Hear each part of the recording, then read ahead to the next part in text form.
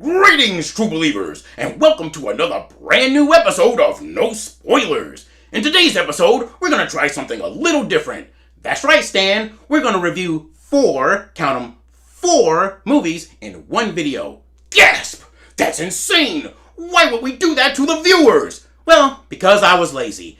I watched several movies over the past several weeks and I didn't want to do a video for each one of them. So I decided to combine all of them into one video. This video. I will do them in order of release and there will be a timestamp for each of them. So first will be League of Super Pets, then Bullet Train, then Luck, and then Dragon Ball Super Heroes. So you can jump to either movie that you're interested in and I will do my best to keep each review to a decent length so we can keep this video to a decent length. Okay? So, with that being said, let's get started. The League of Super Pets! Brought to you by DC Comics and Warner Brothers Animation Group, or WAG, which is ironic, right? Anyway, story first. This is about a pet and his love for his human, basically. Krypto and Superman, Clark, are best friends. They do everything together. That is, until Clark decides to take his relationship with Lois a little further. Krypto feels left out. He's jealous. He's angry. And, well, he kind of feels abandoned. The Super Friends, not the Super Friends, why am I saying Super Friends? The Justice League gets captured, and Krypto meets a group of pets who earlier was infused by, with superpowers. It's up to Krypto and the rest of the Super Pets to go save the Justice League, basically. Good part. The backstory of some of the characters was actually very good. It was cute, but it was also touching. The overall story was boring. And before you say, well, this is a kids movie, thanks to my super hearing, the kids who were in the theater watching this with me, they were getting restless, in all honesty. And many of you know who have kids, if there's a show or a movie made for them, doesn't have to be necessarily animated. It can be live action as well. If it's good, you can tell it's good when the kid is captivated by it, right? They don't want to be bothered. They don't want to, they're not running around. They are, extremely focused on that movie or on that show. That wasn't happening when I was watching this movie with these kids. So that was the bad. The good, the voice of Krypto, Dwayne "The Rock" Johnson. The Rock says, "You better watch this movie or else I'll turn it sideways and..." Wait. There are kids watching. Oh, sorry, kids. Anyway, Dwayne "The Rock" Johnson is Krypto. Not bad. Not bad at all. Every character that he tends to play tends to be, a bad A, for lack of a better term, just in case kids are watching. And most of the characters he plays are bad A's. So in this, it was a little bit beneath, him being a bad A. He was a little more softer, more gentler, and it fit Krypto to an extent. So it was different for him to play this character. There are other celebrities that play, that voice other characters in this too. I'm not going to name them all.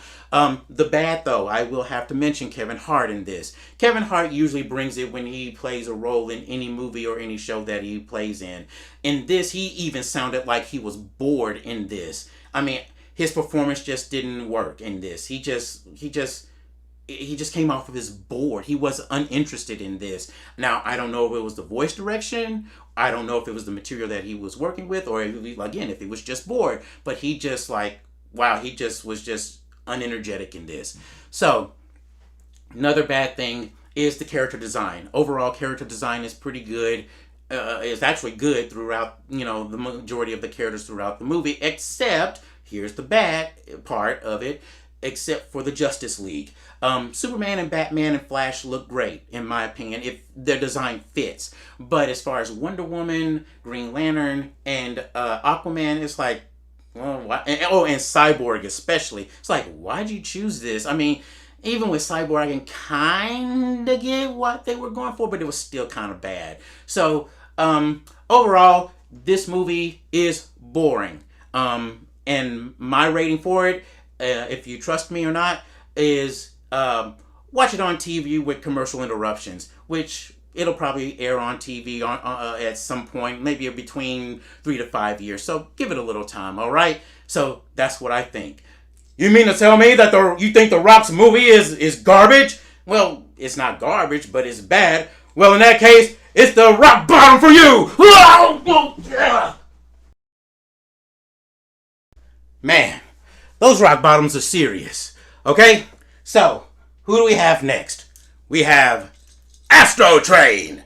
And why do they call you Astro Train? Because I can do this. Space Shuttle mode. And I can do this. Train mode. Now, back again. That's cool, Astro Train. I always love the triple changers. So, can I call you Choo Choo Brain? Watch it, or I'll jettison some weight and dump you out into space. Fair enough. So, what do you get when you take the movie Pulp Fiction and place it in Japan on a bullet train? You get Bullet Train. And basically that's what this movie is. It's Pulp Fiction on a train. And that's not a bad thing. Okay? But it has all the earmarkings of Pulp Fiction. You have a huge cast of characters, none of which have had any contact with each other except very slightly in their pasts. They've may have crossed paths at some point, but they didn't know each other, or they were doing their jobs or whatever, or brushed up against each other or whatever, just happened to cross paths, as I said. So anyway, they do have one thing in common, and that's they are denizens who do dastardly, despicable, dirty, and dangerous deeds. Don't ask me to repeat that. I can't say it again. I just made it up. Say it again. No. So,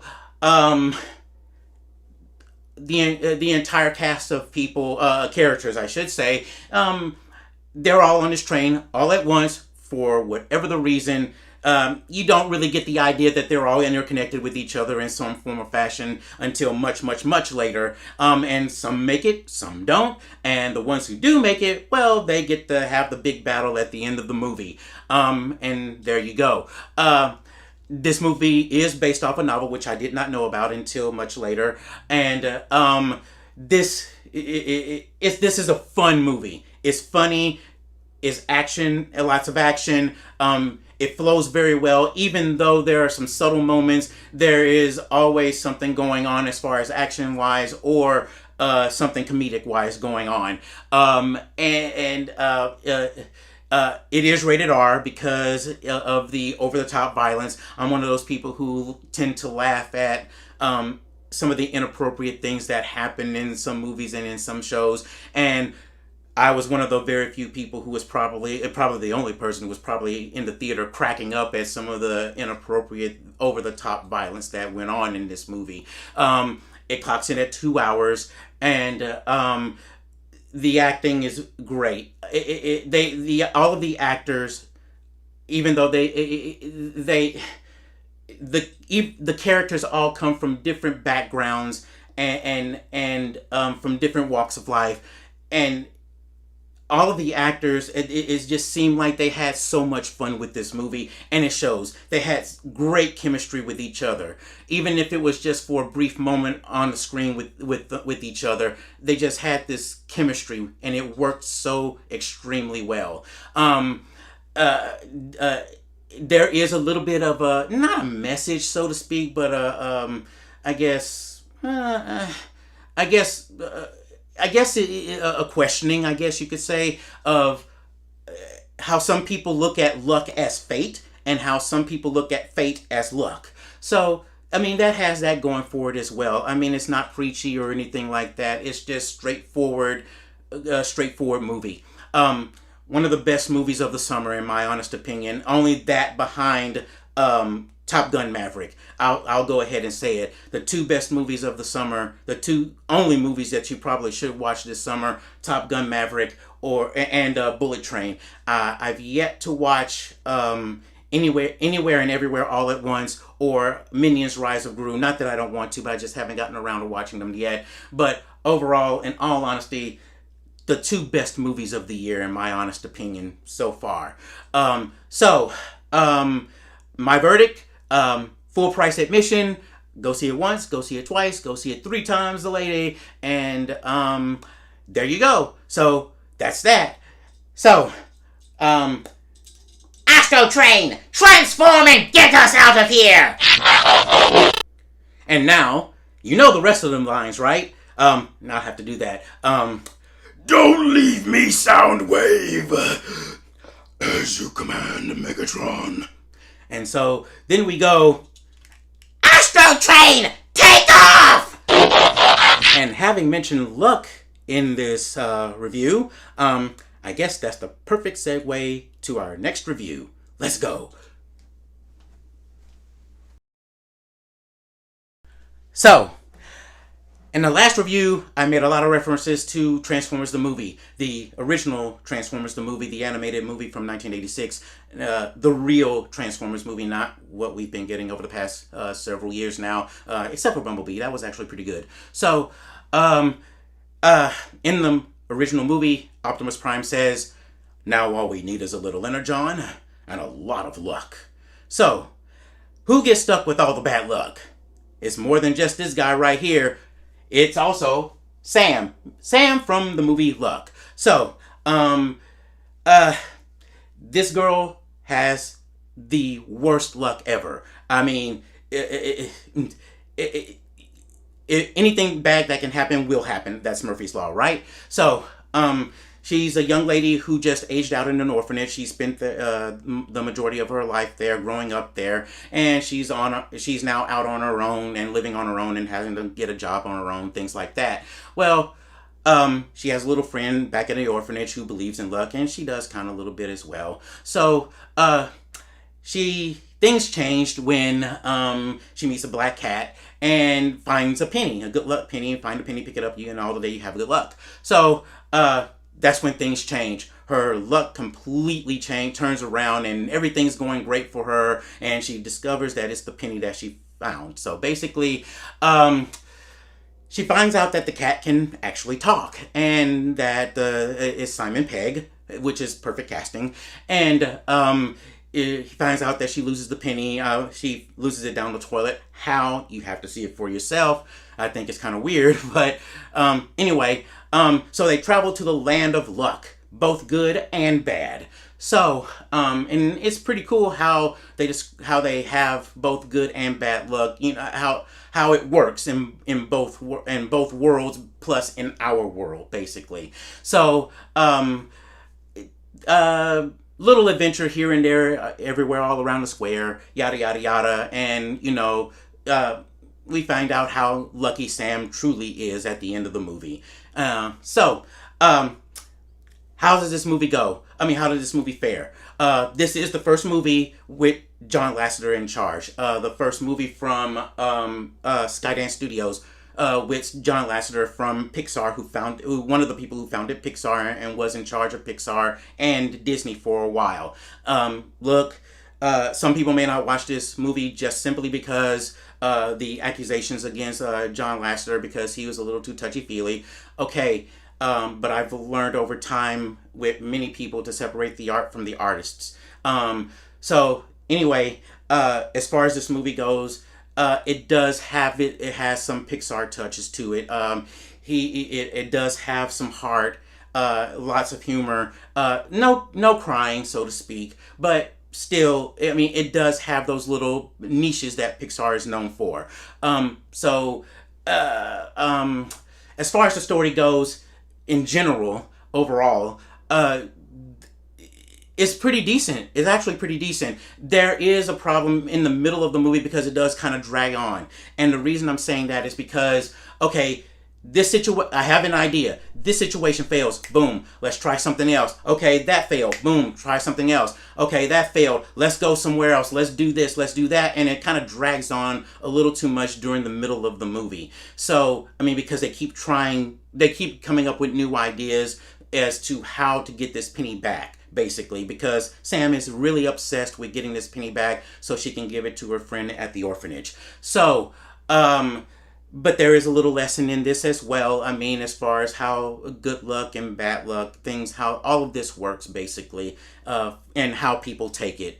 coincidence, right? I mean, because Bullet Train was the same, kind of a little bit of the same way, basically. So, as far as this movie goes, it has some touches of Pixar in it. It's not quite there.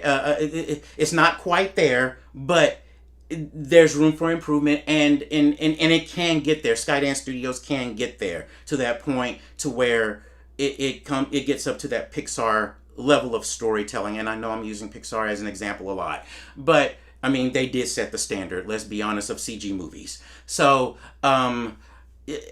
some people, if you look at the Pixar movies that have been coming out over the past several years now, they've been kind of mediocre or pretty meh, basically. And some people may say it's because John Lasseter left. Some people may say it's because Disney bought the company. I'm gonna go out on a limb and say it's probably a little bit of, as Archer would say, a little of column A and a little of column B. So as far as this movie goes, I say give it a shot. This movie is streaming on Apple TV Plus, so it's not a theatrical release. So I have to give it a different rating. A scale of 1 to 5, I give it a 3.5. Basically, it is good. It could be better, but it's not horrible. It's not bad. I think you'll enjoy it. It's good for a go round, and I think if Skydance Studios keeps this up, they could. I mean, they could get better, a lot better with what they've got, with the talent that they've got. So, with that, we'll go to the last review. And I'm back. And as you can see, I cleaned up a little bit since our last review. And, hey, it takes a lot to look as good as I did in those past reviews. So, anyway, look who I ran into. Vegeta, the Prince of all Saiyans. How you doing, Vegeta?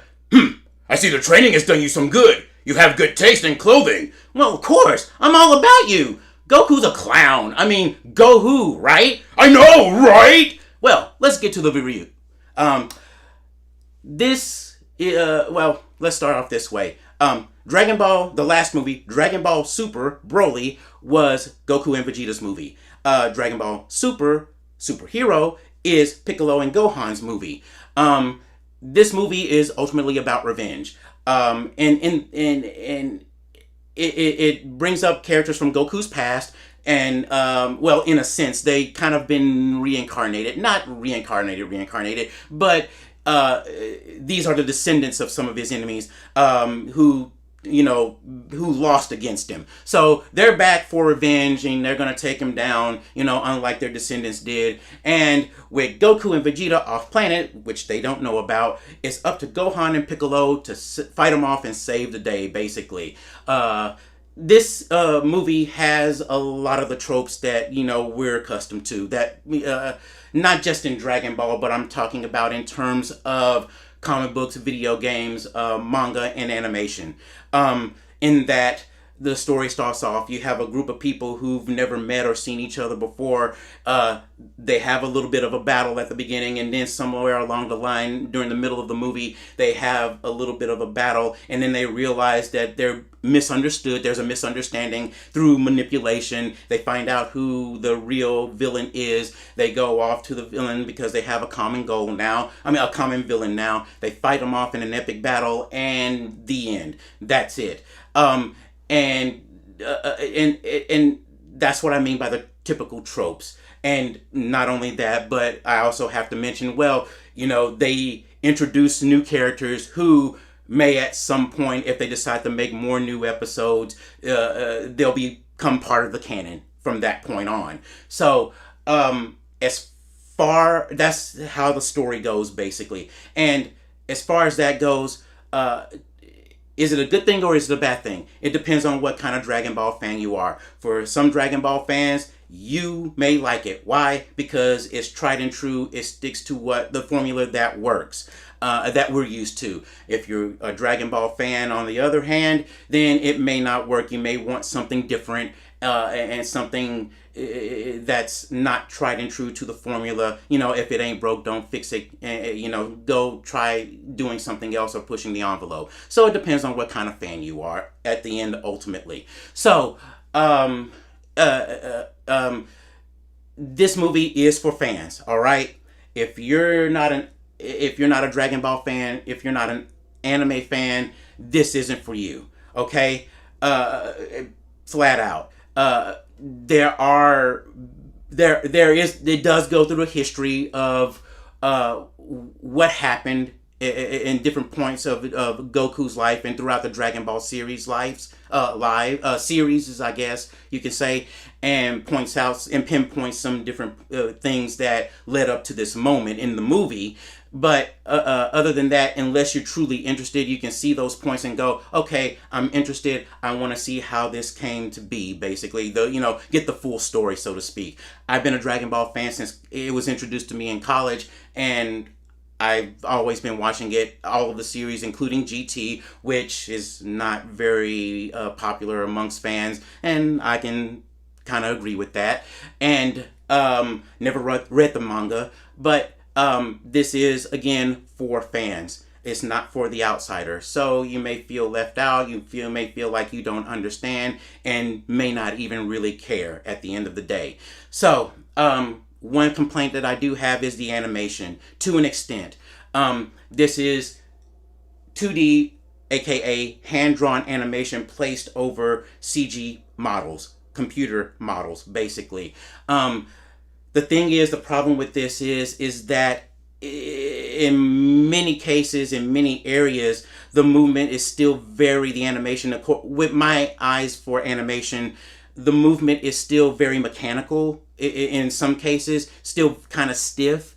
And now in the action sequences, it works because, it works as far as camera angles and how to get that perfect shot, the sweet shots as far as fighting scenes and the action sequences go. But other than that, in still moments, it's kind of like, it's a little stiff, it's a little mechanical, and for me. Now, is that a bad thing? Not really. I mean, there's improvement to be made, and hopefully they'll do that with the next movies or whatever next projects that they decide to do. If you want to play the video game Dragon Ball Z Fighters, Dragon Ball Fighters, to see good hand-drawn anime on top of CG models. It's really very well done. So it's a fighting game, by the way. So we've seen it before as far as the Mitchells from Sony, the Mitchells versus the Machines, Into the Spider-Verse, DreamWorks is the bad guys, and Blue Sky's Peanuts the movie. So, the Peanuts movie. I'm sorry, I should have said that. But so it can be perfected. I think they just have a little more ways to go, but it can be done. It's not horrible, but they're getting there. They can do it. So, as far as this movie goes, it runs at about an hour and 40 minutes, I think. You do have a choice. You can watch the Japanese version with English subtitles, or you can watch the English dubbed version of it. Now, it is released only for a limited time and in limited theaters. So you're gonna pay a little bit of a higher price. Now, what do I think of it? If you trust my opinion, it's a good movie. It's worth seeing, in my honest opinion, and it's worth full price admission. Now, if you don't trust me and if you're not really into that sort of thing, just avoid it. Or if you're just curious, do a matinee. But at the same time, I don't think there are any matinee showings. It's usually late afternoon, early evening, throughout the evening type showings. So you may have to still pay full price anyway, regardless. So that's it. So what do you think, Vegeta? I don't care. I have to go train. Okay, bye. So, well, we did it, Stan. We did it. 4 movie reviews in one video. What do you think? I gotta hand it to you, kid. You did good. Thanks, sir. Take us out, please. I will. That does it for this episode of No Spoilers. And remember, if it looked like someone threw up, it must be spoiled. Tune in next time. I'm your announcer, Stan Lee, signing off. Excelsior!